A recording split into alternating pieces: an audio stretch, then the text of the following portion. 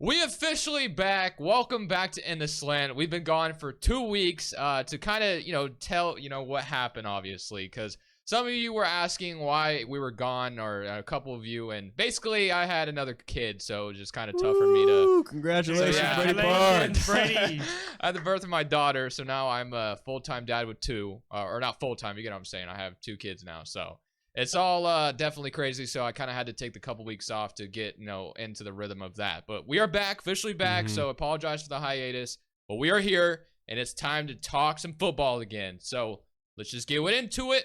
We are starting, obviously, recapping Week 13, which, unfortunately, we didn't get to talk about last week because this is probably one of the best weeks of football we've had. There were so many fun matchups to look at. You had Watson returning. You had the Chiefs versus the Bengals. Just so much to be excited about. So obviously, like we always do, we start off with Thursday Night Football on Amazon Prime. You have Bills going to New England, and basically this game was just kind of, it's just one of those coastful games where the Bills just kind of were all over them, but they didn't put up a bunch of points, but the Patriots really just couldn't do anything. The one guy that scored for the Patriots was a corner, was Jonathan Jones. So doesn't help anybody in fantasy. They threw it to Jonathan Jones on a screen, and he just took it to the house, and that was basically all it was. And that is how the game basically... Bills, Josh Allen was dominant. He almost ran out of bounds, and they threw a touchdown to Gabriel Davis. It was just one of those Josh Allen games. He didn't do a whole lot. He didn't need to. It was just kind of a blowout, but it wasn't at the same time because it was only a 14-point deficit, if that makes sense. That corner that did score, though, for the Patriots had some wheels on him. Yeah. I don't know if you guys noticed that. That dude is fast. I mean, he's the one that returned the punt on to, beat the Jets the week before, or whatever that was. That was him? Yeah. Oh, really? 2 big plays? Yeah, I mean, he's... maybe they need to move him to offense. I believe it's him anyway, if I'm not mistaken. I mean, if it's not, then I just sound stupid. But pretty sure it's Jonathan Jones who's done all that magic for them. So shout out to him. But yeah, I don't think I have anything else to add to Thursday night. This Thursday night should be an interesting game, but especially with the news we just got, which we'll talk about here in a second.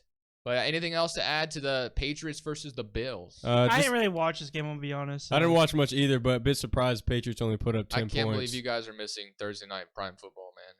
It's been magical all year. No, it is not. It has definitely not been magical all year. It's been magical lately. It's not been bad. Next game, Steelers at the Falcons. I did watch this one. They come out and beat the Falcons 19-16. Kenny Pickett starting to get into a little bit of a groove over there. Najee Harris has had a few good games here and there. Deontay Johnson can't catch a ball and keep it in his hands. He drops every fucking pass. I saw George Pickens is getting frustrated with the amount of targets he's getting, which I call a red flag. I mean, if you're a rookie and you're already having an issue with stuff like that, I think that's kind of a problem. But I mean, they did just trade Claypool. And he's still not getting enough targets. I get it, but at the same time, it's just weird, I guess. I don't know if that makes sense. I feel like the thing is with Deontay, it's I feel like he always gets open. He can just never make a fucking catch. His routes are good. Usually, he just can't fucking catch a ball. So then, it kind of defeats the purpose. But, so I feel like he gets the targets because he's always, open or, more open than everybody else, but he just can't catch. Such with Johnson, though, he's always had that struggles, is, catching balls. Yes. But Pickens hasn't got a touchdown this year either. Nope. Really? No, he's not caught a single touchdown this year. I mean, but the Steelers have struggled with the quarterback all year, kind of, so I guess. But I feel like you have to start him anyways. If you don't have a good receiving core, you have to start him just because he's a target monster. So I traded for Deontay Johnson for a week, never played him, and then flipped him to Dusto. So. And I've declined every trade Brady has made because I see the foresight or whatever you call it, and it's all worked out for Brady. But these guys clearly don't see it. And if he ends up winning the league, I'm gonna just say I told you so. Next game, Broncos at the Ravens. I didn't watch the game at all. Let Jared take 9-10. The Broncos. I mean, we say it every episode. There's nothing to talk about when it comes to Denver's offense. It's just been a whole disaster for Russell Wilson. The biggest thing to talk about for me is Lamar Jackson exiting the game, and he could miss 1 to 3 weeks apparently. But man, that's tough for the Ravens. They do squeak this one out though. Definitely something that you didn't want to lose this game with Lamar missing a few games going forward. I mean, you guys are still in the playoff picture as of right now. I think he at least misses 2 probably. Was that? I think he probably at least misses 2. Yeah, I think it's gonna be at least 2, but I'm not too sad. I mean, I'm obviously sad about it, but not oh man, we have no backup at all. I mean, I have faith in Tyler Huntley. I feel like you guys' schedule is not too hard. He plays just like Lamar, so Greg Roman can keep calling his beautiful play. First things first, this game was absolutely terrible. As a Ravens fan, I didn't even want to watch it. After the first 2 quarters, I'm ready to just shut it off and not even watch it. But it's my team, so I had to stick it out. But for us to only put up 10 points against one of the worst offenses, obviously when we're playing them, we're not playing their offense, but still, us as a team to only put up 10 points is terrible. Us Ravens fans, we've been wanting Greg Roman gone forever. I always tell these guys. we hear it all the time. Yeah, so I feel like once Greg Roman's gone, that might not fix everything because we still have, slack at wide receiver and stuff like that. But still, I feel like that's definitely a big part of our offense and why it struggles a lot. And obviously Lamar leaving too. But shout out to Tyler Huntley going and getting that finishing drive and closing out that game for us. We definitely should have won this. If we did not win this game, oh my gosh, it was going to be so down Denver's bad. a mess, man. And what's crazy, though, around this time, I think last year or the year before, Lamar had got hurt, and then Tyler Huntley had taken over, and we had went and lost so many damn close games, and we missed the playoffs. I remember that. You guys would go for 2, and it just Yeah. Oh, yeah, this is like the worst time to get out right now, too, because there's so many teams that can easily get a couple wins. Because right now, we go to play the Steelers, and it's been a while since I think Lamar has played, and Tyler Huntley, I think, played them last time we faced the Steelers. That's going to be a hard choice for me, so I don't even know who I'm excited, but I hope the Ravens can figure this shit out. Obviously, like I said, we're wide receiver. It's hard, too, but hopefully we can figure this out and make the playoffs. Next game was the Packers at the Bears.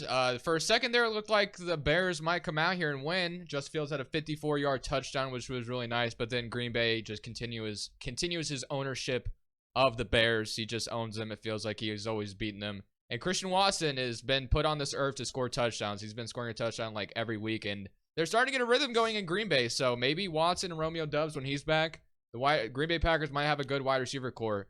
Although they still aren't winning games that much, so I'm not really sure what to take away from that. But we'll see what happens with the Green Bay Packers going forward. The Bears, obviously, still full rebuild mode. They're going to probably lose a bunch of games down the stretch. And they're already eliminated, too, from the playoff contention. And they're going to keep building around Justin Fields, and we'll see if that works out for them or not. I like Fields. I think with his running upside, I mean, that's where the league's kind of going with quarterbacks in a way. So I think and his throwing's not been too terrible either. Yeah, so I mean, if he can keep on getting some decent throws in and running for the yardage he does every game, I mean, he's going to be definitely a must-start fantasy quarterback. But he's a franchise quarterback at that point. Do you think we bring up the trade you made with this guy too, or no? No. What trades? The trade you sent. Where he got Justin Fields? Yeah. Or was it? Wait, I traded Deebo Samuel away for Justin Fields and Deontay Johnson. Trade deadline day in our fantasy league was pretty crazy. There was just so many trades. It's so hard to explain everything that happened. But just let me know. I'll tell you guys right now that I finessed this league. That's but you sent Fields for what? It was me. The trade between Dustin and I, after all the trades I made, I sent Fields and Deontay Johnson for Deebo Samuel. Yeah, but see, that was amazing. Like I wasn't doing it straight up for fucking Justin Fields at that point. But then I was like, I'm gonna see if he throws in Deontay. So he just threw in Deontay because my quarterback position has just been terrible all season. Yeah. And then right when I got him, he got injured. Yeah. So I mean, I can't catch a break. Jaguars at the Lions. The Lions basically just stepped on the Jags' throats, man. Like, the Jags were not in this game at all. I watched this whole game. DeAndre Swift starting to look good again. I love to see it. I'm always a huge DeAndre Swift fan. He played 51% of the snaps. He was out there a lot. Played more snaps than Jamal Williams for once. But yeah, the Jaguars, like, they just came out and had, like, I don't know what it was, but the Lions just stomped on them, man. Jaguars had no energy for this game, and the Lions beat them 14 to 40. Lions being 40 points, obviously. I said that backwards, but still, 40 points for the Lions. They're starting to get a groove going, man. I think they've won like 3 straight or something like that. They've been hot as of right now. No, like I always say, sleeper team this year. But this how the Ravens game should have been when we played the Jags last week. Exactly. And the Lions should have been in our spot, losing to them. Okay.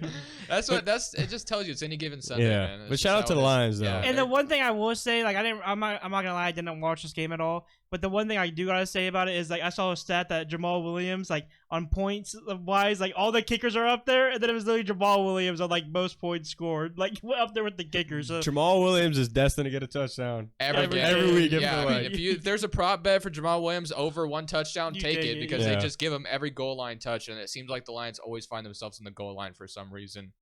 But next game, Dustin's worst nightmare. Browns at the Texans.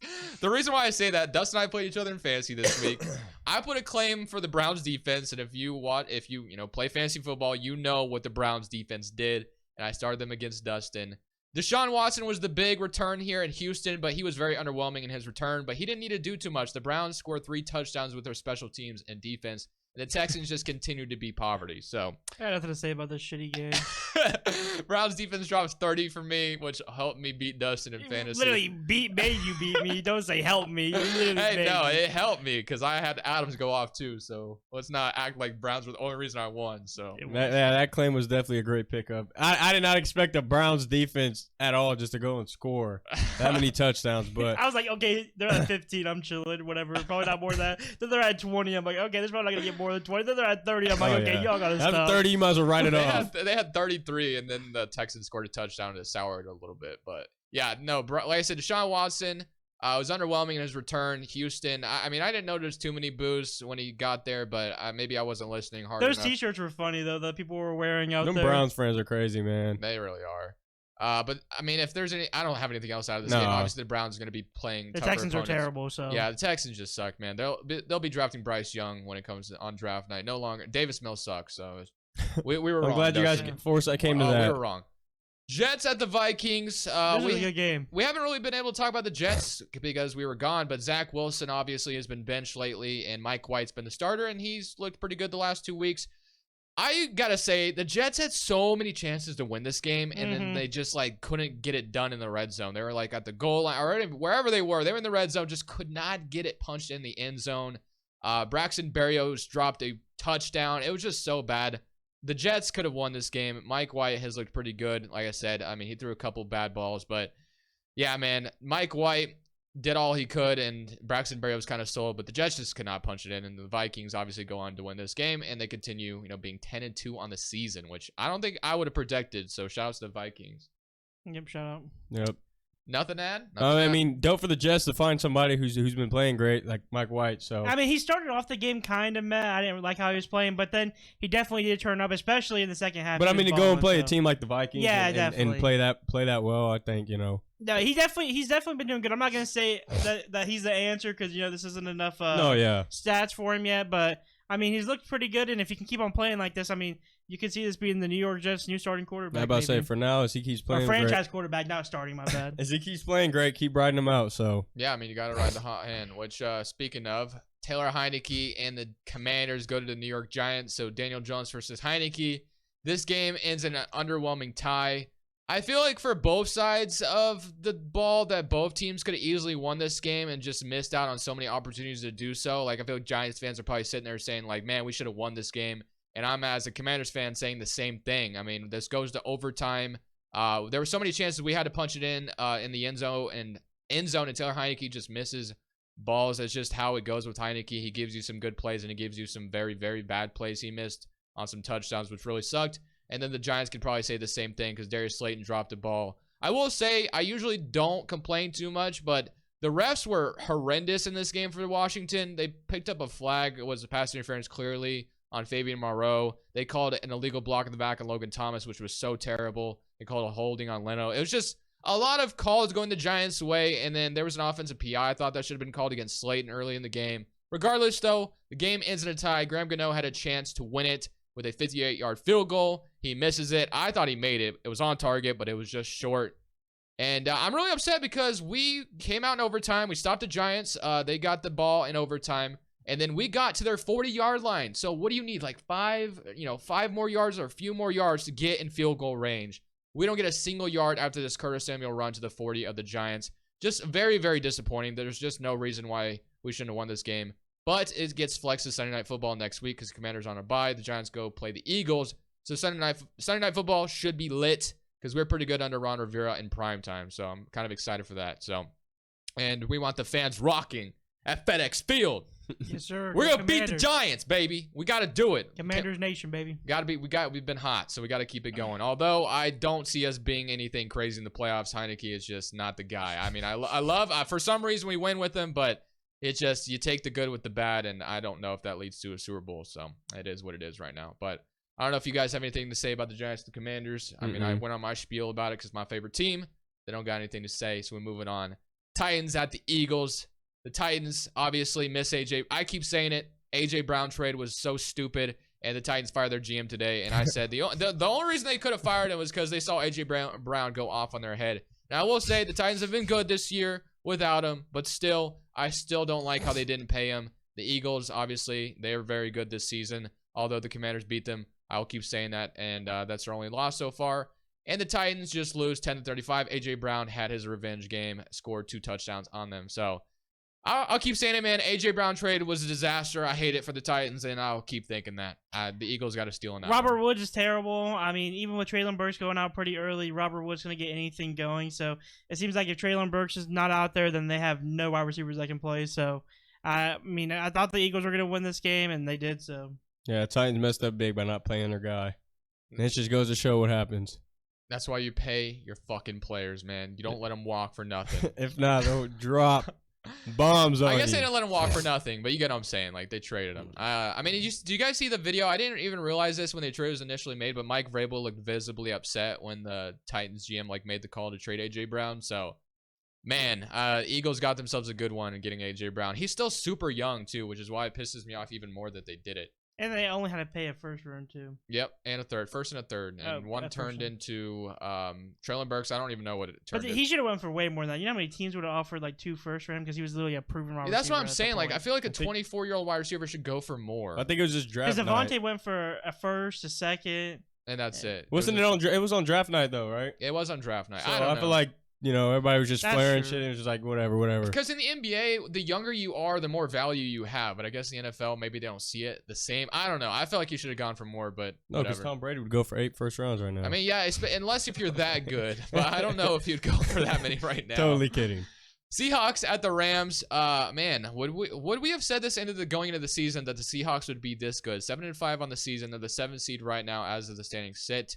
They go out and beat the Los Angeles Rams, and the Seahawks have been surprising, man. Geno Smith has been really good. I mean, there's really just not much to say. It's just so surprising to see Geno Smith continues to be so good, and they're 7-5 right in the playoff race. Now, I don't know if they'll get it, but we'll see, because the 49ers right now are leading their division, but they did just lose Jimmy G, which we'll talk about a little bit more in depth. But shout out to Seattle, man. We all left them for dead, man. We thought Drew Lock would be starting. After that first week, we did kind of change our mind and say that Geno Smith did look impressive, and I mean, he has proven to us that. Yeah, we did, but I was like, I don't know if that's sustainable. It was just the emotion of the game. Like, I don't want to keep talking about week 1, but I just didn't think Geno would keep up the play, and he's done it. I mean, and I saw a tweet that maybe Geno Smith should be considered for MVP conversations, which is kind of crazy. I don't know if I'd go that far, but it's crazy to even think that you could maybe just throw him in that conversation, but I wouldn't do it. But we already know who the MVP is going to be. Who is it going to be? Josh Jacobs when he rushes for 2,000 yards. I don't think I feel like they don't give the MVP award. It feels like to skill players that much. Like they didn't give it to Cooper Kupp, Adrian Peterson. I think Cooper Kupp definitely deserved that last year. He did, but whatever. Skylar's over here saying Aaron Rodgers MVP like he does every year, but not this year. That's for sure. The Rams are definitely still having one of the biggest hangovers of Super Bowl that I've ever seen. Yeah, well, but they've been dealing with injuries. injuries. I mean, before that though. Oh yeah, they were still playing terrible. That's true. Stafford wasn't even using not his best target, but another good target, Allen Robinson. There's just so many bad memes about that. But yeah, the Rams have been atrocious, man. Yeah, you could say the injuries are bothering them now. I mean, now they are, but maybe they would have got a groove going. But yeah, even before that, they were terrible. They were just very bad every week, and they couldn't get anything going. So the Rams probably not making the playoffs, obviously. But speaking of the Rams, some news dropped right before we started recording. They claimed Baker Mayfield. So Baker Mayfield is now a Los Angeles Ram. Not really sure what the short term of that will be. Obviously, Stafford probably ain't going to play for the rest of the season. So maybe the Rams see a world where they could develop Baker Mayfield the rest of the year. I don't know. Maybe they're not giving up on making it in the playoffs just yet. Who knows? I think they should chalk it. They do play the Vegas Raiders on Thursday night. And apparently Baker has a chance to play Thursday night, which is crazy because how do you learn the playbook in 2 days? I was looking because you said something about it earlier, like how do you feel about Baker or something. I was like, I don't care because he's not going to start. But then you just told me he's going to start. Ian said that there's a chance he would play. I'm like, I don't know how you play in 2 days after going. I mean, he would have to be super limited. I feel like even if Baker is in there, he's not beating Carr. So yeah, we'll see. We'll see if that ages well for you, Dusto. Next game. This game was really disappointing. Dolphins at the 49ers. We thought this would be a fantastic game. Mike McDaniel, Miami Dolphins head coach, going up against his former team. Tua was very bad in this game. Waddle got hurt. Jimmy G got hurt, so some injuries definitely affected this game. Brock Purdy came in and handled business, and he'll be the starter going forward for the 49ers. But yeah, this was an underwhelming game. We thought this would be way better, but Tua was just throwing some bad balls, man, and just had some tips not go his way. where, the 49ers picked it off. So really disappointed that this game wasn't closer. Jalen Waddle in fantasy scared me. He only dropped 1.7 for me. He did go down, and just not a good performance by the Dolphins overall. But I'm sure they'll bounce back next week. I mean, the Dolphins are a contender this year for sure. Yeah, they're the 49ers quarterback. I mean, he looked good. I'm not gonna say that's gonna happen every week, but I mean, that performance was definitely a good performance, especially against a worthy starting quarterback like Tua, even though he wasn't playing that well. And the 49ers just came out. I mean, I know their defense is super good, so that carries them a lot. But I mean, the fact that he won the game and put up points is a good sign for the 49ers that maybe they're not out of it, and they can still make it far in the playoffs too. I don't know what your guys' opinion is on this, but I feel like any quarterback that is in the NFL right now and goes on a team like the 49ers should be able to perform well. That is You have true. no excuse not to. Kyle Shanahan, Whether it be chemistry, I can understand, but with the weapons and CMC, people you have, AU, George the Kittle, weapons, you know what I mean?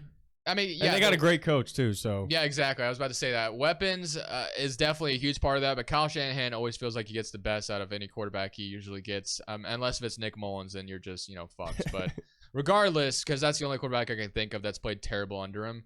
But I'm excited to kind of see how this goes for the 49ers going forward with Brock Purdy as a starter. They're in a good enough spot where they'll probably still make playoffs. I mean, they just got to win a couple games here and there. But I just want to see, what if they do make a run and, Brock ends up being something special? He definitely could be. Usually when you come in off the bench, after someone gets injured, the adrenaline's going. So, you play well. But now we have to fully prepare. So we'll see what he looks like, fully prepared full week. As a starter, full week. As a Commanders fan, it makes me feel a little bit better about playing them when we do, but we'll see. I can't say that for sure. Next game, Chiefs at Bengals. The Bengals get the best of the Chiefs again. Did we find the Chiefs' kryptonite?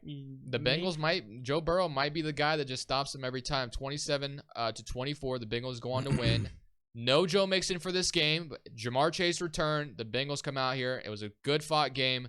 The Bengals end up winning it. Mahomes had a really nice dive to the end zone. I love that play out of him, going out there and get that touchdown. And it looked like it might have been a fumble, but it almost looked like a dunk in a way, like in basketball. And obviously, you're just dunking. You're not really dunking, but you're just pushing over the goal line. That way, it's crossing the plane. But it was a really fun game. Bengals do go out here and win it though. And the Chiefs, lose, unfortunately. Both teams are gonna do good regardless. Yeah. It's just a very fun game to watch. And shout out to anybody who picked up P. Ryan. That's like the best check down running back in the league. Yeah, dude. man, the man was dumping off just left and right. Say Andrew Joe Mixon. Whoa! I think Mixon will play next week, but we'll see. I said that about this week, and you had P. Ryan against me. Yeah, for the 2 weeks whoever had him, then he's been great. Dustin's been playing him, man. It's gonna be 3. You think so? You definitely need him this week. Mm. I will say that. Definitely need him. But next game, Chargers at the Raiders. Vibe check, Dustin, because the last time we spoke to Dustin. It's funny because we were just rewatching the episode to make sure about our game picks. The first thing I said, Broncos versus Raiders, week 11, I say, I don't care about this team. I want us to lose. I'm going to be mad if we come in and win. And ever since then, we've been hot. After we beat the Broncos, we beat the Seahawks. Then we just beat the Chargers. This team's finally starting to play how everyone thought they were going to play since the beginning of the year.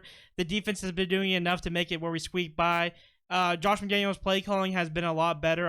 Obviously last week, everyone knows that Josh Jacobs basically carried us against the Seahawks. But this week, Josh McDaniels did a lot more throwing plays, and Devontae Adams definitely did get 177 yards. So yeah, Josh McDaniels is doing good. I did see Waller's coming back. Oh, so that might be huge for you guys' offense. That could be huge, although Foster Moreau is better. Yeah, no, watch out. I don't think he's a bad. I would just start him. He ain't better than Waller, though. We got before you cut me off, Dustin. You gave up on this team, and I didn't. I said, let's go Raiders every week. You said, fuck no. I want to lose. I want to tank. I want to fucking replace Carr. So I want a public apology to the Raiders right now. Raider Nation, I'm sorry I'm a fake fan, even though half y'all are Carr haters. And then I'm sorry that I started disrespecting this team and thinking we were going to fall off. And now I'm back on the train. Go Raider Nation, baby. They get blown out next week. Yeah. No. They come out next week. Dustin's like, fuck this team. Fucking tank. Fuck Carr. But man, it's fun. Chargers, they haven't had Mike Williams healthy at all this year. They did their best, but Keenan Allen tried to make it a game at the end. He caught a really nice touchdown at the end, but the Raiders just ultimately squeak it out. And the Chargers, the fact that they're even over 500 is impressive in my opinion with how much injuries they've dealt with this year. But unfortunately, they lose here, and it's probably going to be really hurtful to their playoff chances. But we'll see. Next game, I call this maybe a Sunday night massacre. Colts at the Cowboys. This game was close at half, or this game was kind of close to like the end of the third quarter, and the Cowboys scored 33 points in the fourth quarter. Dude, I literally Bad team right there. I could you not. I check at one point. I think the score is 19-22, and I'm like at my buddy's house because I left Brady's house, and then I'm like I checked the score again. It's like 19-34. I'm like, what the heck is going on? And then I check again like later on. It's like 19-40. I'm like, dude, this shit's over. Now I know these quarterbacks do not give a damn about none of this, but in fantasy, when I see 54 points put up by one team, and I go to check the quarterback stats, and he only has like 15 points. I'm like, what the hell are they doing? But then I go look at Ezekiel and then Tony Pollard, and obviously, yeah, Zeke and Tony Pollard have been fucking killing it for the Cowboys, and their defense just bullied they bullied Matt Ryan, man. Yeah. I mean, the Cowboys kept getting interceptions. They kept forcing fumbles. They were all over the Colts. If I'm correct, I think they scored one touchdown too as well. No, I think they scored a couple. Oh, if they I'm did. not mistaken. Okay. Like it was, I don't know. I can't On remember. defense? Yes, it was a massacre. That's all I remember. I was literally texting Brady. I'm like, dude, they need to stop throwing the ball. Like, just run the ball with Jonathan Taylor because at least he can do something. Matt Ryan's playing terrible out there. Every throw he was making was terrible when I was watching. And I was like, literally, just hand the ball off to your best player on the team. I was so happy that they went away from Jonathan Taylor. Well, of course they're gonna have to when it's a 19-50, Yeah, but you're not getting points anyways without Jonathan Taylor, so you might as well at least make the game closer and just run the ball. I mean, yeah, the Colts have been searching for their quarterback. We've been saying this. They've been searching for a quarterback, and they have not found it, man. They're just in quarterback purgatory. Because the roster, like we've been saying, I even know Jared didn't believe in them all that much. Thanks for mentioning that. It's looking decent. It's decent on paper, but it just doesn't perform the way they should. And their O-line's been struggling too. Yeah, so. and it's funny because they have like 3 good offensive linemen on paper, but their O-line has just been terrible, man. And the Cowboys, I mean, if you've been starting, like, one guy in our league because of trades has Pollard and Zeke, and you would never want to do that. Like, why would you start 2 running backs with the same backfield? That just doesn't make any fucking sense. But it's been working for him, man. The Cowboys just keep feeding both of them, and they both are scoring every week because of what they're doing to opponents. Like Pollard on the Vikings, Zeke on against the Vikings. Both those guys went off. It's working out. The Cowboys. They might even sign Odell, but apparently there might be a breach in that right now with his Odell's injury status. But we'll see what happens there, man. The Cowboys are looking like they could be the more legit. This might be the year where I actually admit the Cowboys might be a legit contender. Although usually I got to keep praying on their downfall. I just love it when Cowboys fans are upset, but still they are a very good team, and I'll give them their credit where it's due. Next game last night to end off Monday Night Football. Saints at Buccaneers. This game was 3-16 with like 5 minutes left for the Saints, and Tom Brady happens and they come back. The Saints, man, they just went all in on this season, trading their first round pick, and right now their pick is in the top 5 if I'm not mistaken. The Eagles having a top 5 pick is fucking ridiculous. Like they have 1 loss in the season, they're going to be picking the top 5. You know how crazy that is? It's insane. That's absolutely insane. The Saints may have made a mistake by doing that. I honestly wouldn't be surprised because, like, talking about the game in a little bit, obviously the Buccaneers came back. Tom Brady happened. We know that. But I want to bring my attention to what do you think the Saints do this offseason? I honestly think there's a huge possibility they trade, like, Alvin Kamara, to be honest with you. I mean, Kamara has been kind of falling off in fantasy, too, as well. I feel like Kamara might be in a new uniform in this offseason. They maybe tried to trade him at the trade deadline to the Eagles. It didn't happen. The Saints they tried to go all in, but now they might need to go full rebuild. Yeah, I was about to say, maybe full rebuild. But can I just say one thing, too, though? Is like, with how Alvin Kamara is playing, it's like, what is his trade value even worth? Because, I mean, he has a huge contract, and he's been playing meh. I still think you get a team to give you at least a second or a third, maybe. Well, running backs, I mean, McCaffrey went for a second, so maybe a third for Kamara, maybe a second. I don't know. Because you had more picks going in that trade, but, obviously McCaffrey went for a second and a bunch of other picks. I feel like they might be able to get it first. I feel like McCaffrey was kind of just dealt before the trade deadline. No, but, yeah, maybe. I mean, it just kind of depends on the team. So, I mean, it's just kind of... I've been seeing Eagles fans like, on this offseason, we need to go all in for Josh Jacobs. I'm like, dude, chill out. The Raiders probably messed up by not picking up that 5th year. We're franchise tagging him, so. Yeah, I mean, you got to, I think, with the way he's been even playing. If he doesn't want to play with us next year, which I don't know why he wanted to keep on doing this hot streak like we are, but if he decides that he doesn't and we franchise tag him, if he keeps the number 1 running back spot, then we can definitely get some good trade bait out of him anyways. Maybe the Ravens can throw him at wide receiver. They need somebody over there. Yeah, because Deshaun Jackson ain't doing it. Although he did get that 6-yard bomb. You guys seen that, right? Not Yeah. last week, but That's what Deshaun Jackson does, man. He'll get his random 60 He'll bring you those bombs. long bombs, and then he'll Yeah. go to the sideline with a hurt calf or something. it would have hurt a hamstring. That's what happened to him. Yeah. But all right, that's gonna end our Week 13 recap. Hope you boys enjoyed this in the slant. Saying peace.